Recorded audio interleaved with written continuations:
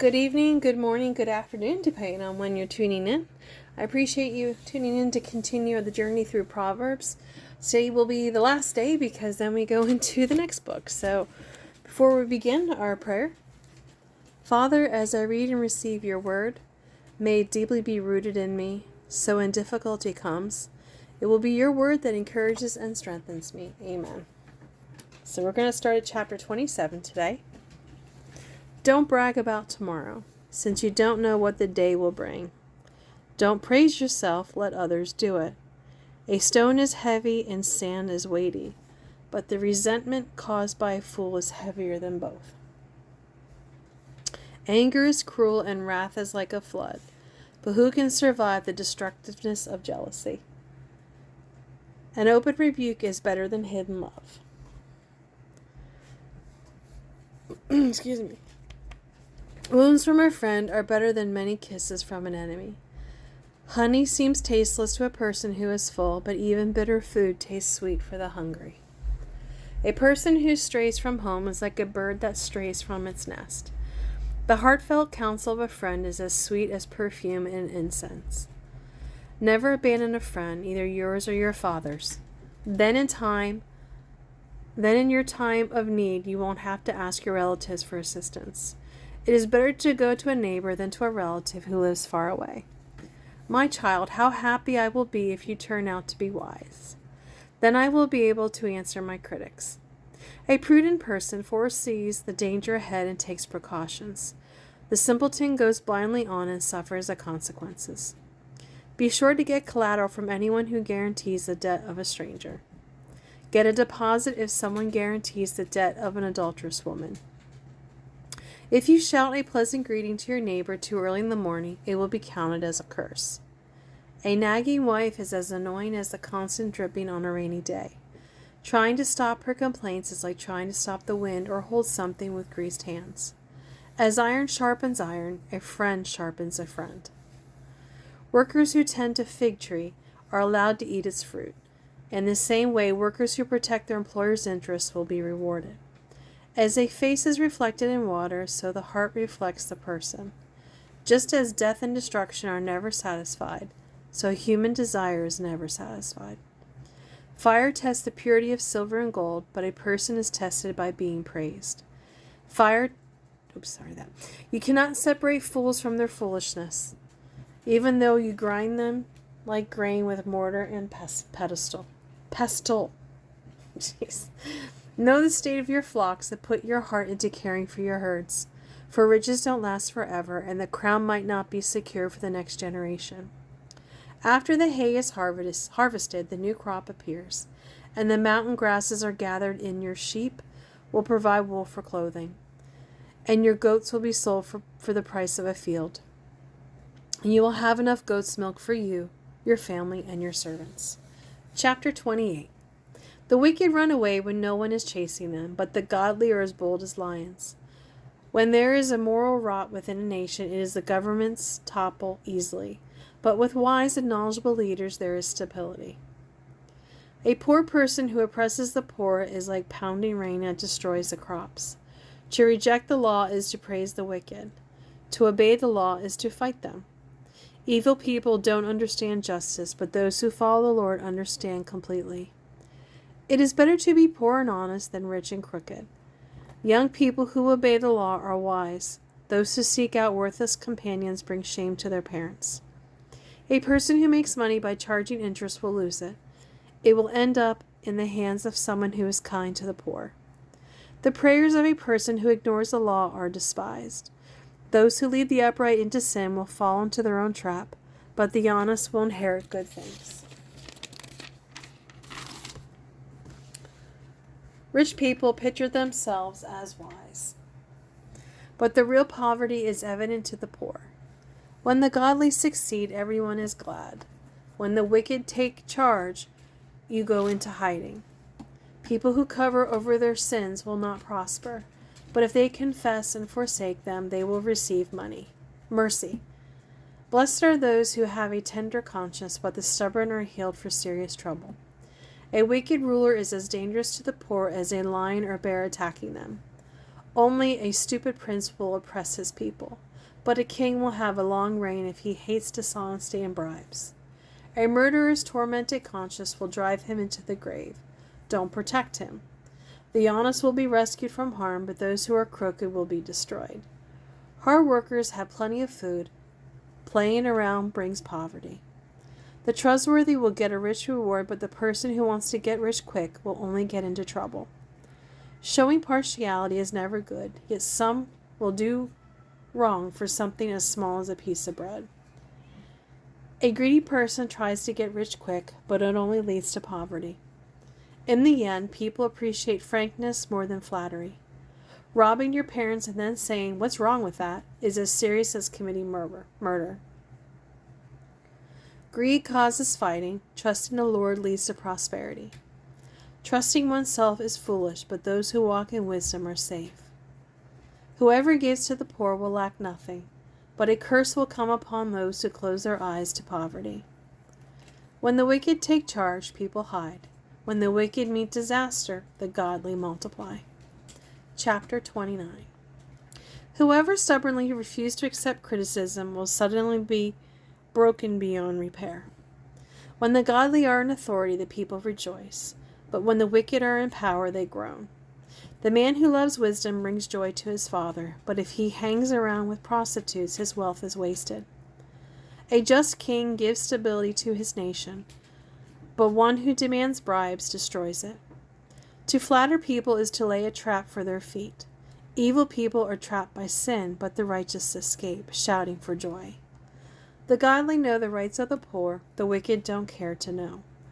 Mockers can get a whole town agitated, but those who are wise will calm anger. If a wise person takes a fool to court, there will be ranting and ridicule, but no satisfaction. The bloodthirsty hate the honest, but the upright seek out the honest. A fool gives full vent to anger, but a wise person quietly holds it back. If a ruler honors liars, all his advisers will be wicked.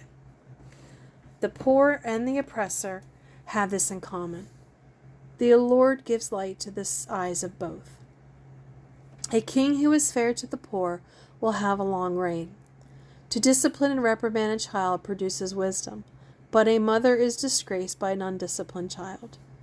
When the wicked are in authority, sins increase, but the godly will live to see the tyrant's downfall.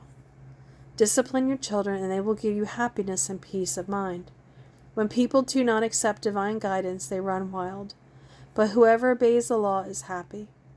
For a servant, mere words are not enough. Discipline is needed. For the words may be understood, but they are not heeded. Oh, my mind. There is more hope for a fool than for someone who speaks without thinking. A servant who is pampered from childhood will later become a rebel. A hot-tempered person starts fights and gets into all kinds of sin. Pride ends in humiliation, while humility brings honor. If you assist a thief, you are only hurting yourself. You will be punished if you report the crime, but you will be cursed if you don't.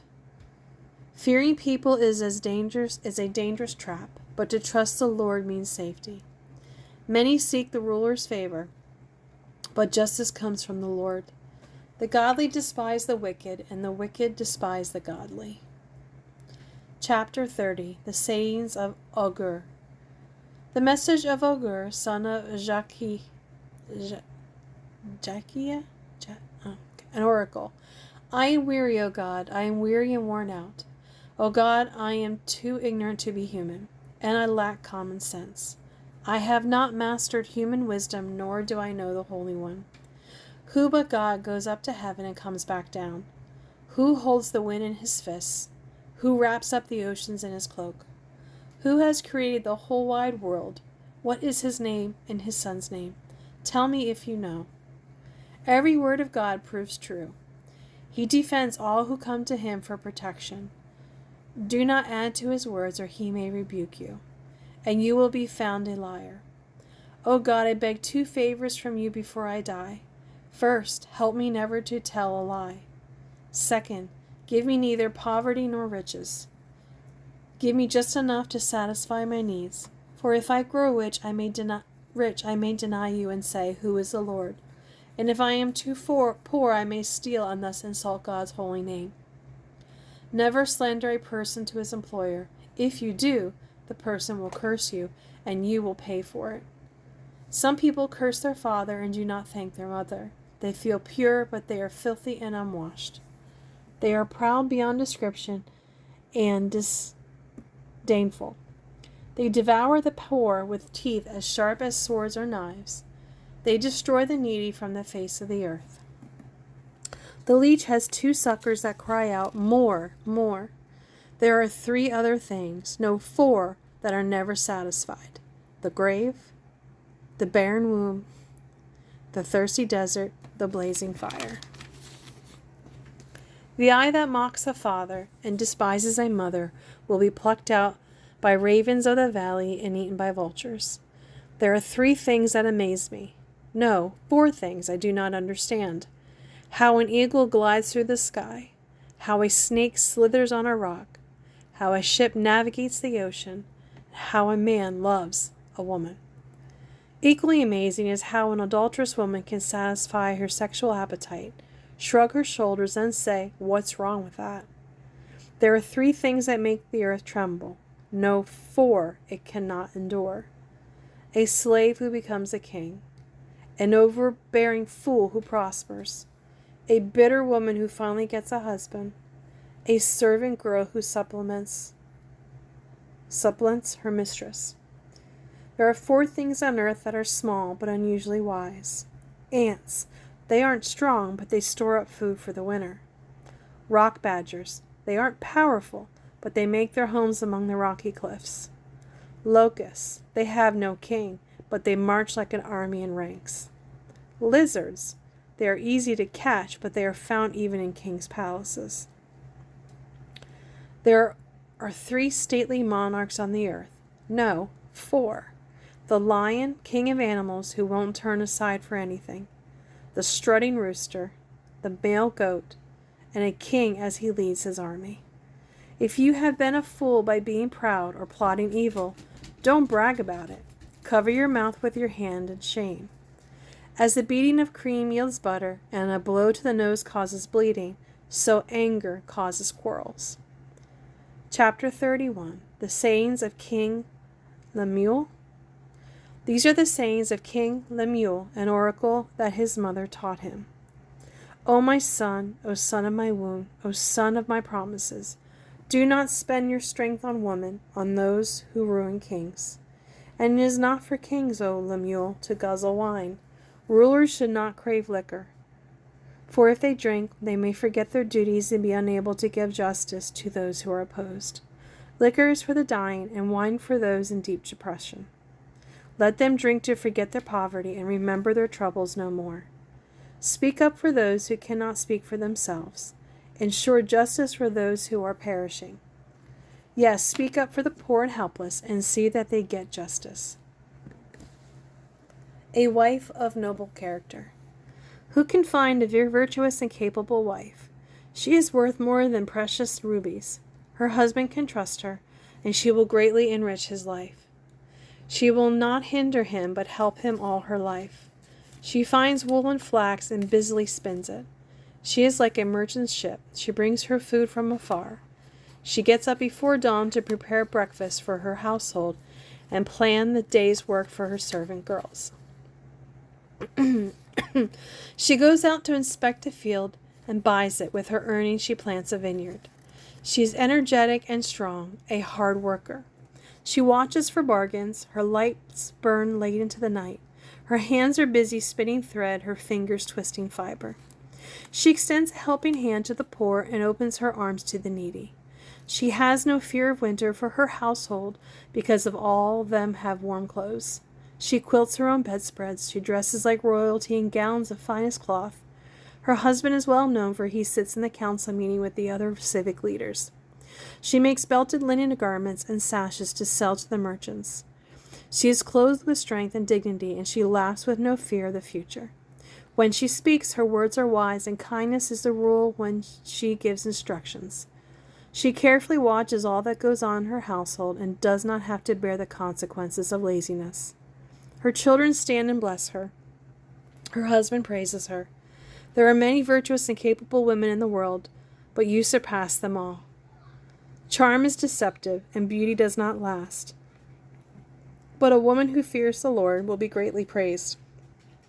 Reward her for all she has done. Let her deeds publicly declare her praise. So that's the end of Proverbs. And if you've been with me so far, you know I like to go back and recap what we read. So with Proverbs, the author is mostly Solomon, but also many others. The date is 10th century BC and later. The content is the book of Proverbs contains a practical instructions for successful living. It teaches that there is a special wisdom revealed by God as well as innate wisdom, or common sense, and both must play a part in daily life. This book is a collection of practical wisdom from many centuries, and it deals with such diverse matters as the discipline of children, social justice, foolish talk, and money. It ends by describing the character of an outstanding wife. The theme of Proverbs is stated in 1:7. Fear the Lord is the beginning of knowledge. This is to say that only when a person trusts in God will he or she be truly wise. Human wisdom is fine and necessary, but no matter how skilled a person might be, without a humble willingness to learn from God, he or she will end up in trouble. The book also teaches that even everyday life is sacred. God is concerned with all in life, and he has shown us how to live well. Well, thank you for joining me. Tomorrow we're going to begin Ecclesiastes. And I hope you have a great day and a blessed day whenever you're listening to this. And until tomorrow, bye.